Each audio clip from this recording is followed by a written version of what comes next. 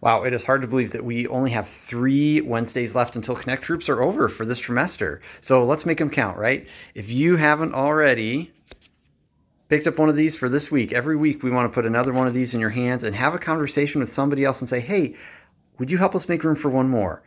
It's simple, easy way to serve. And if everybody does something, then together we can reach tons of families for Christ. Over here, we've got some that we've been celebrating as a team. Our weekly attendance is over 150 kids average. Our volunteers on a weekly basis, this for Sunday only, is at 29. That's been way above our goal. This number, though, is the one that I want to make zero. That 41 turnaways, I would love for that to be zero because we really don't want any kid to be turned away. And we did have to turn away several kids this past Wednesday night. So, hey, please pass out those little cards. It really makes a difference when everybody's doing something to reach out to people around us and say, hey, help us make room for one more kid. This week, we're going to be learning about the story of Ruth and how God showed his kindness and his faithfulness to Naomi and Ruth in providing for them in so many different ways. So it's a great lesson. And we have a lot of games this week, so this should be fun too. Let me show you what we've got.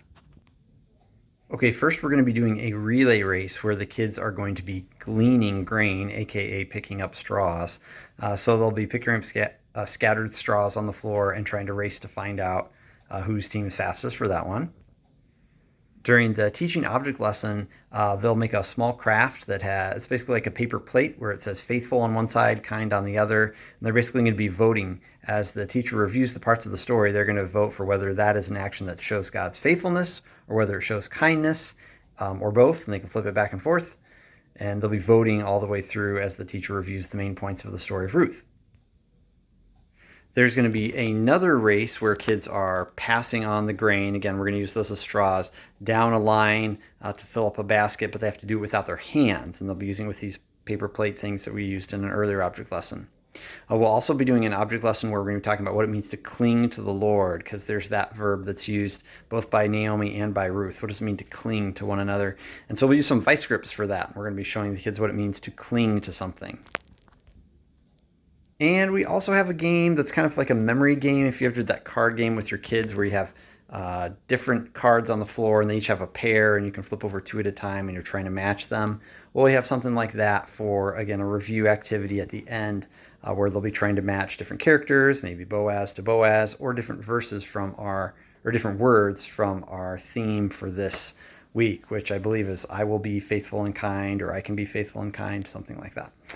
So those are the activities that we have at the beginning of the night. Again, we'll have some sports activities and some calming activities that you can do. And then we're going to go straight into the video, and then we'll do the activities afterwards. So we've got a pretty good rhythm built up, and I will have new snacks this week, so Cheryl's buying those. But it's going to be a good week. I feel good about the progress that we've had. Coach Lindsley remarked about how it's getting easier for kids to find things in the Bible because they've had that practice of finding different verses each week and learning how to look something up in the table of contents. And I told him, hey, that's the beauty of small group ministry, right? Because you can see it happening in small groups because you have a relationship with those kids.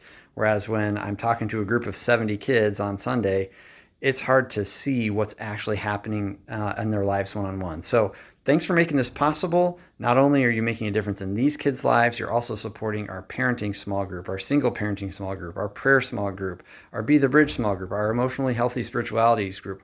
We couldn't do any of that without the support that you're providing. So thank you. We appreciate you, and we're looking forward to seeing you on Wednesday.